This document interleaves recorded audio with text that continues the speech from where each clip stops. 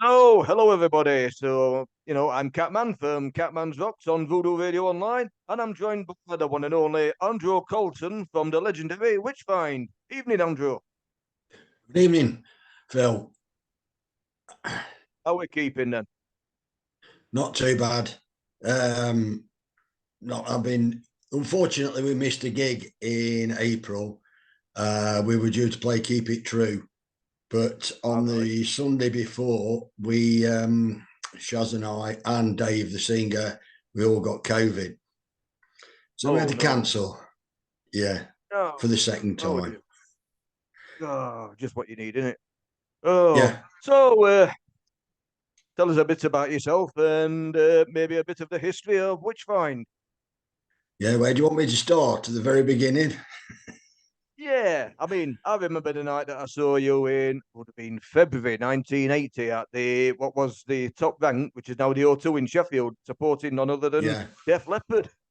that's it. Yeah, yeah. There was 5 years before that. In which fight really started from a band called Mangalia in Derby. They were all from Ecclesbourne School, which weirdly enough is in the same village that I live now. And they then found Montalo in another band and poached him basically, and then formed Witchfynde. The original bass player, because I joined in '74 as a roadie, Oh, and early 75, the bass player Rich Blower, he had a car crash and couldn't play anymore. They tried somebody else out, but he wasn't reliable and let him down sort of right before a gig in Derby. So I learnt the set on the Friday night and played the Saturday, which was all covers anyway, like Rock the Nation and Bread Van and all the standards, Smoke on the Water and all that, Paranoid, obviously. And that was a start. I had to borrow, I hadn't even got any equipment. I've got a bass, but I haven't got I borrowed a Marshall amp and a speaker cab, and off we went. So that was it from there on. And then Neil Harvey was a singer originally, and he unfortunately let us down again with another gig because him and one of the roadies went to Jersey, got drunk, for some reason sat in a doctor's car. The doctor rang the Centenaires up and chased them halfway around Jersey, locked them up for a week, and we missed the gig. Banned them from the island, a pair of them, and so that's when we decided enough was enough. And so after Easter '75, we got Steve Bridges in. Steve I'd known for years because we were apprentices together at Loco Works on the same year. And so I said, "Oh, Steve can sing." We'd had while in '74, which found a bit of a lull when they weren't doing anything. And so Gray and I and our sound man, Rich, had a house together in Derby. We rented it, and we had a room each. And so we got a load of mates around and sort of doing folk rock stuff in our in our back room sort of thing, and called it Home Street Jug Band. It didn't get anywhere, like we were doing Lindisfarne and stuff like that, but it proved that Steve could sing, so we got him in, and we started off doing the old three-set jobs, around the clubs and pubs, and starting off with Witchfynde playing tambourine man, believe it or not. Middle set of All Right Now and Rolling Stones, then getting through to the heavy stuff at the end, the last one. We did that in a place called Oxcroft Miners' Welfare, which is North Derbyshire, up towards your way. yeah. And they wouldn't let us off the stage. We were there till about 2 o'clock in the morning, just playing, anything Sabbath, Purple, Status Quo. They just wanted it over and over and over again. So we thought, well, this is a rich area to play in. So we then decided that we were going to do some our own material, which was on the Lost Tapes album. We recorded it all in one night, 5 tracks, and I thought it was absolutely brilliant. the early 76, we walked all the way around London and put it into various people and got a firm no, thank you. And got a bit demoralised, as you might expect. And so we ditched all the songs, the whole lot. We never ever played again. So then we started writing again, which we wrote Unto the Age of the Ages, which has got a story in itself to tell a story and stuff like that, which were all written in 76. Gray and I wrote the lyrics to the start of that.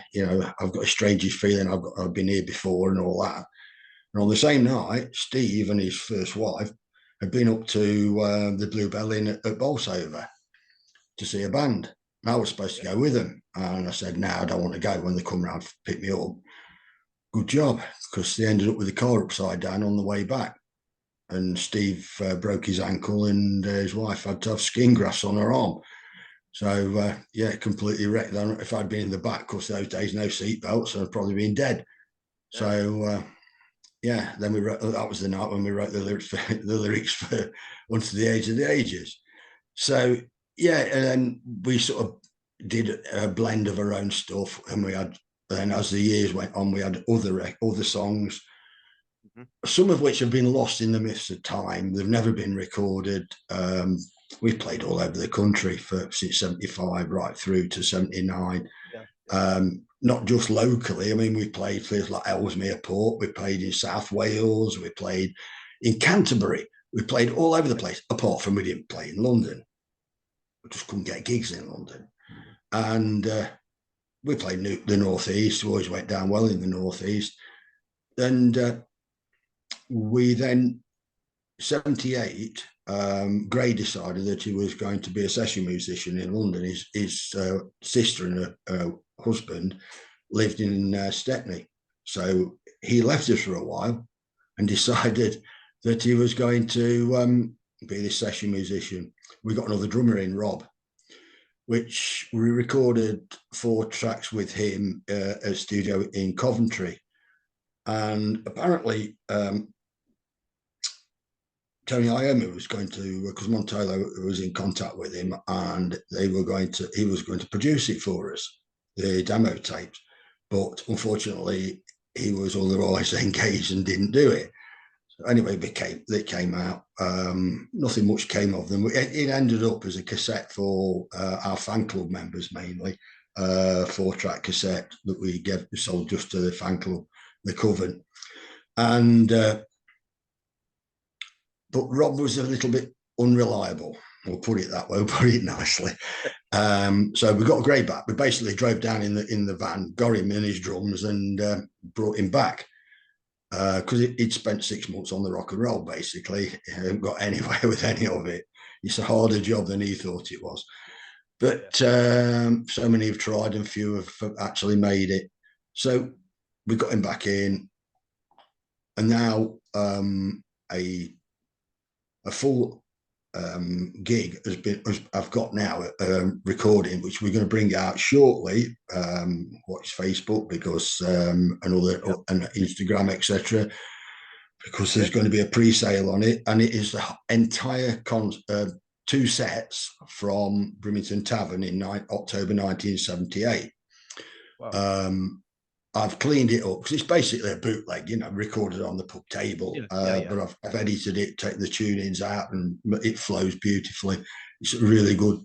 I've got it as good as anybody could get it, I think. But we want to keep it slightly raw because it's a live recording. It's we've got to have that bootleg feel about it. So that came out 78, and then Steve says there that we're going to have a break from playing live. And that's when we started writing a lot, because out of 11 songs on there, the vast majority aren't even on Give 'Em Hell. And then we recorded that. August, September 79. So Ready to Roll, Divine Victim, Leaving the Deer is on there. Getting Heavy isn't on there. Give 'Em Hell's not been written yet. And Pain Our Love Later's not been written. So the majority of that was actually written in that 1 year, which was most of it is on that or the live album that came out, the Life Sacrifice one, which I've got the CD of the original tape of that as well. So, so we wrote all those songs, and then we went to Fairview Studios where Leopard did their first EP. They financed themselves, and we did exactly the same. Yeah, half of it, get your box off, yeah. Yeah.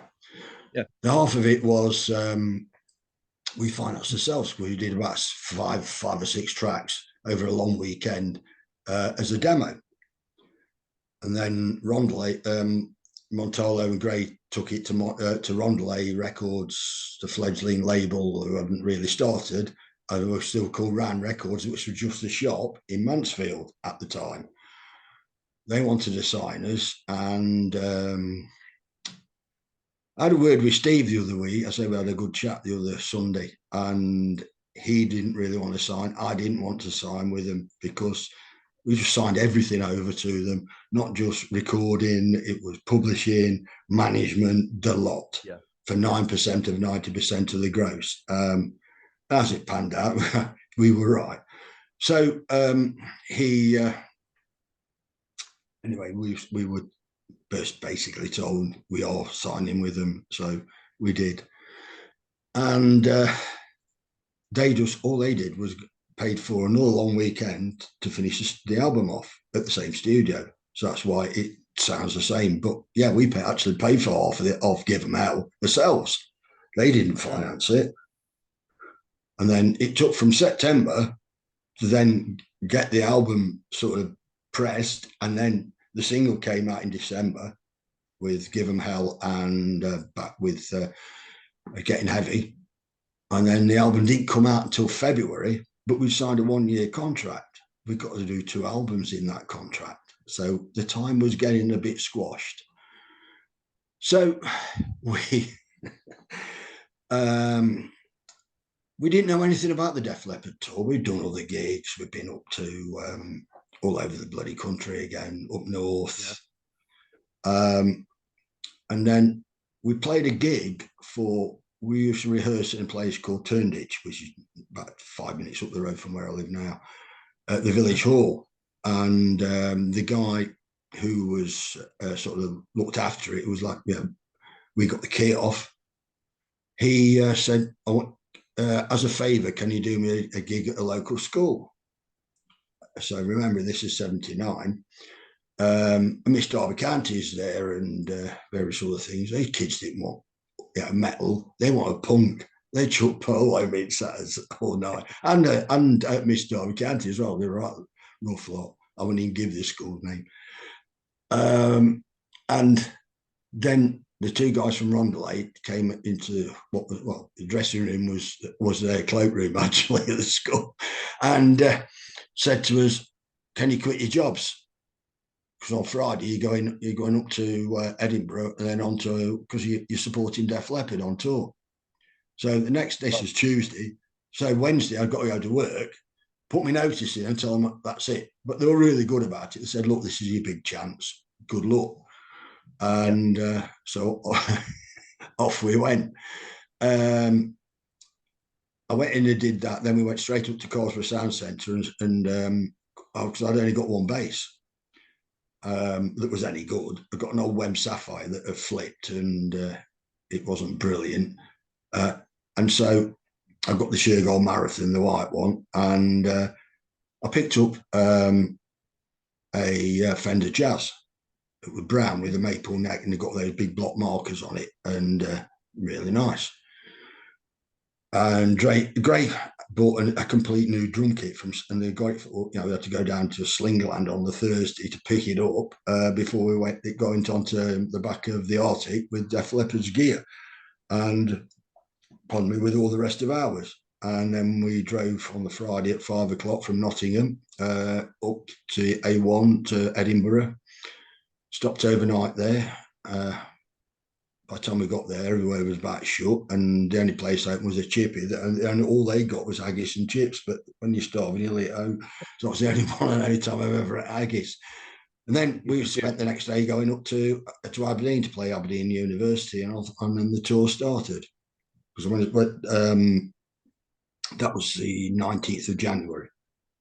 And yeah, Scotland got snow that time. We played Aberdeen, Dundee University, Glasgow top rank, I think, Edinburgh top rank, and then Ayr Pavilion. We got to Ayr, and the air is about minus God knows what. It's freezing. They've got those space heaters, gas space heaters in there, trying to warm the place up. Then we got to drive to Carlisle, and it snowed, and we're having to drive through Dumfries from Ayr in forest and snow. And where's the bloody road gone, you know, and all this. And we made it because the next gig was in Liverpool. You know, the logistics were brilliant. They really were. The best one was like we play East Runton, then Derby, and then back down to Cambridge. You know, really well thought out. Yeah, and so yeah, we had a load of this sort of stuff. But yeah, by the time we got to Sheffield, I say it was Pete Willis's birthday, and we actually got some. I would have been. I'd have been 15 years old. I'm a bit older, a lot older. Anyway, when you were 15, I was 28. There you go. Wow. And so yeah, we ended up meeting Jeff Barton afterwards because obviously there was a party afterwards up in the bar, and we've been trying to get him to come and see us since he started the new wave of British heavy metal with all this in the sounds, you know, and trying to get him to listen to us. And so we saw him at the bar. And we went, "It's Jeff Barton," and so we surrounded him, and he just looked, and he went, "Hey, Jeff," and he went, and he said. And I think he thought he was going to duff him over or something. "Oh, Jeff, do you want a drink?" And then next minute he's all right again, you know, he's fine. But that's where the "This One's For You, Jeff" came from, because we just couldn't get on it. So he didn't like it because he only gave us 2 stars in sounds as a review. And then when the CD came out, he says, "I made a mistake. It should have been 5 stars." Because he said, he goes, "Witchfynde, every influence from ABBA to Black Sabbath." And it was, we know it was, it was personal because we'd done "This One's For You, Jeff," because we used to ring up sounds and asking for Dick Barton. So that's why it got the Dick Barton theme on it. Then and so it was a big, massive in-joke sort of thing. But Witchfynde was famous for this sort of thing. So we, it got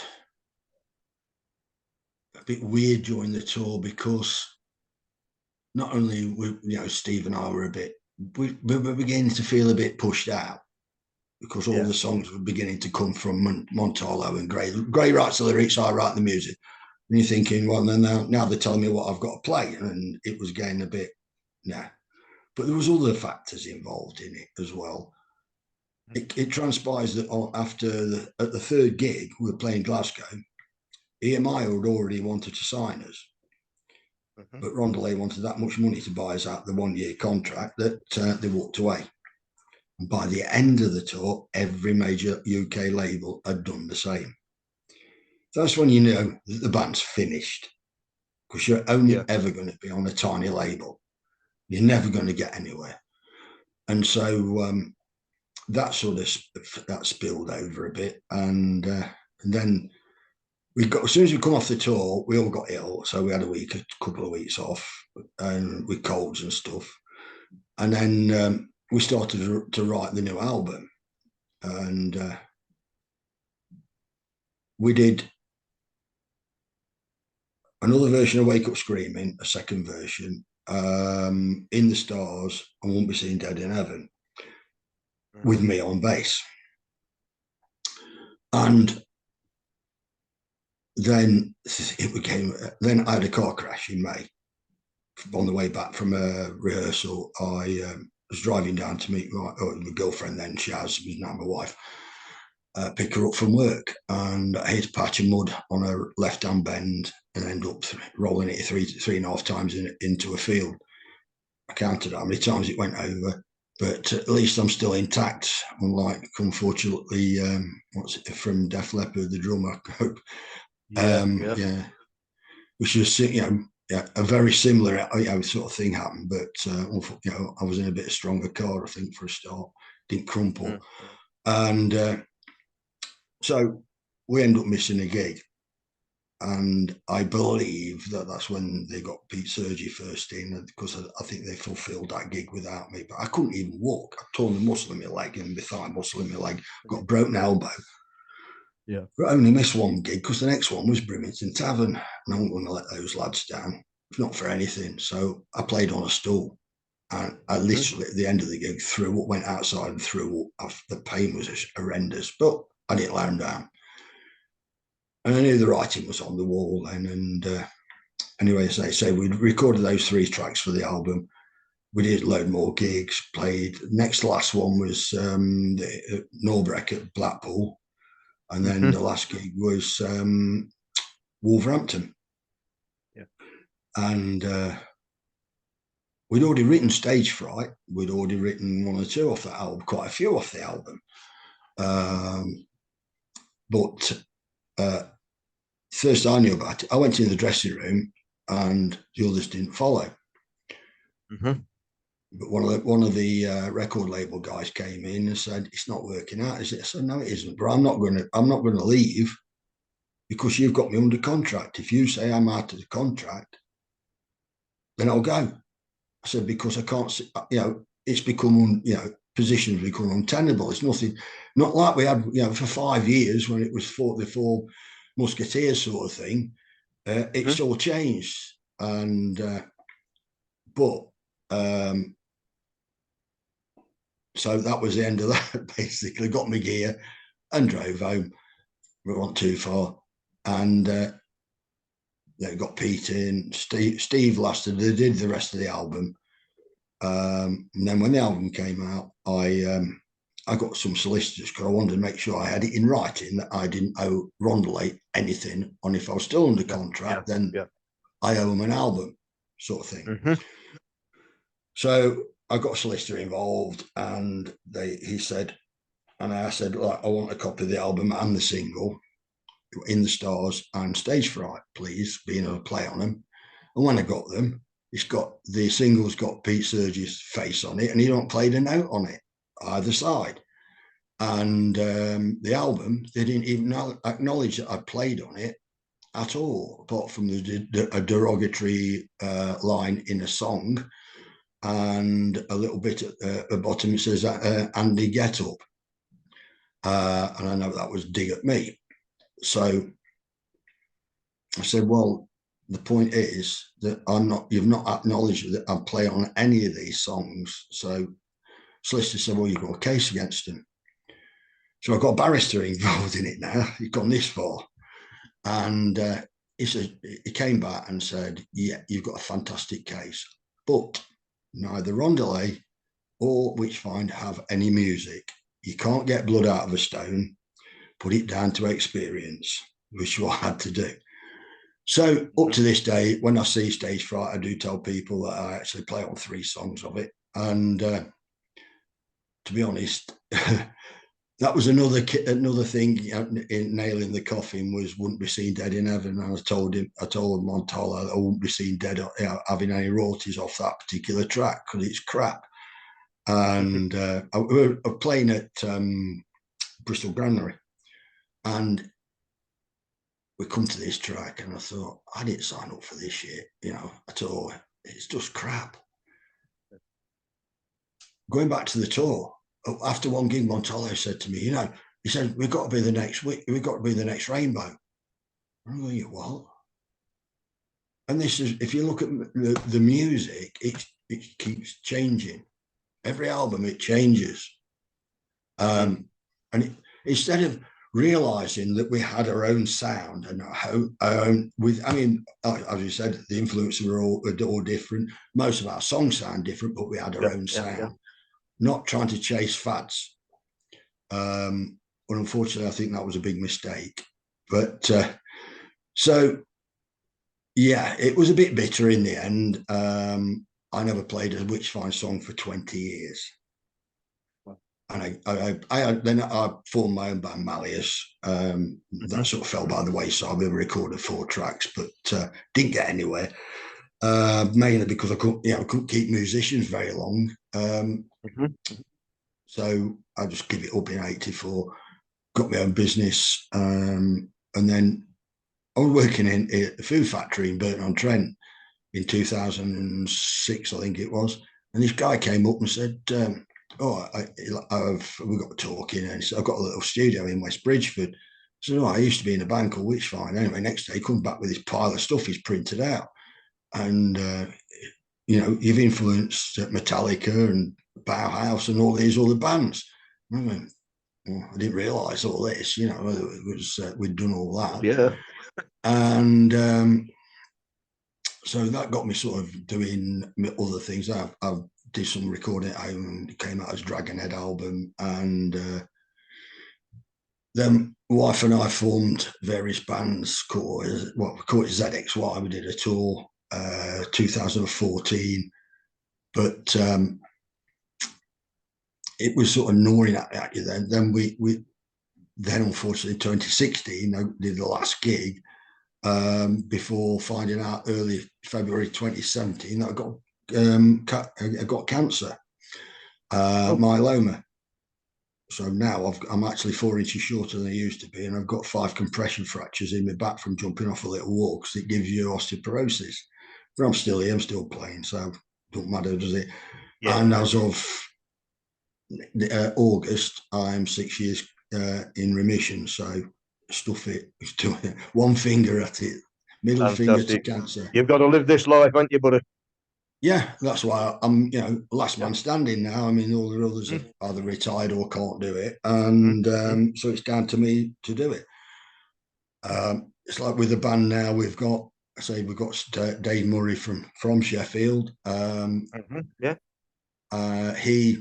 He sounds as much like Steve as I can get. He doesn't do the screams like on Give 'Em Hell because Steve didn't either. I didn't, but unfortunately, my voice is about. As you can hear, it's a bit rough now because as part of the cancer, I got a lump in my throat and it's ruined my vocal cords a bit. I've got a drummer from down Daventry way. He's great. He just picked it up, and yeah, we've got a good band. So originally, we'll get up to the story of how that happened. We appeared from 2017. We were invited with Malleus, because I reformed that, to play Mearfest, which you've probably heard of. They've done various charity sort of festivals, mainly new age British heavy metal.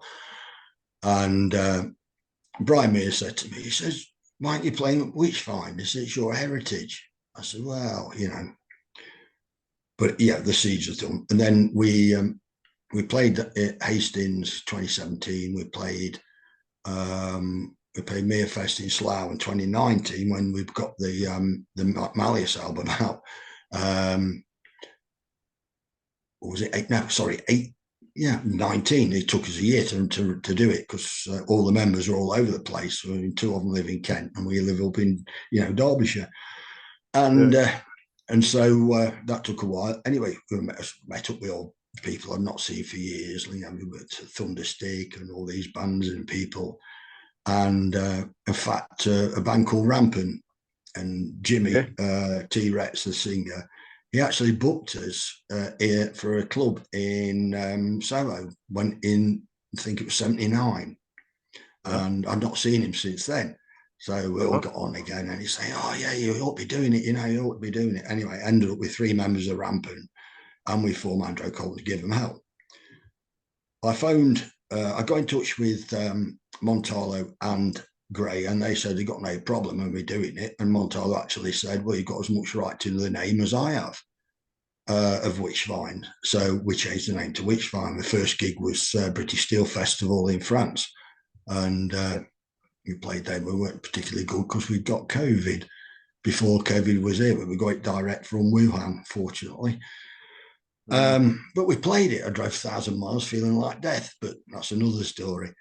And so we've had a few other things happen since then.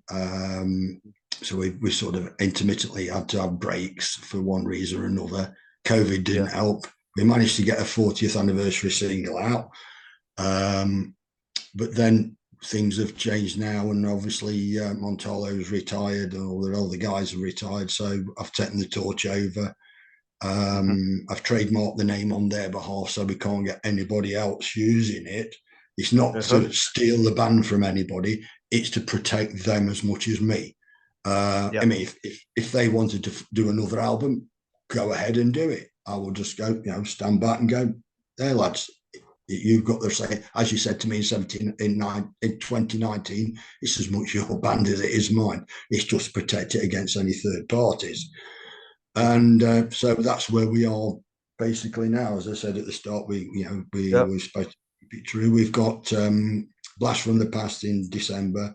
There are other gigs coming up in the autumn, which have not been announced yet. And this album that's coming out, we have also put a couple of tracks down that have never been done in the studio. One of which are on that live Sacrifice, Why Don't You, and Twilight Lady, because people said they love them, and so we will bring that out. And the endeavour is to bring an album out, but one thing or another, it's taking one hell of a long time. Well, when you do get it out, if you send it my way, we'll get it out on radio and get it some airplay for you. Well, I'm thinking of doing this the Why Don't You ones and Twilight Lady out as a single first. Right.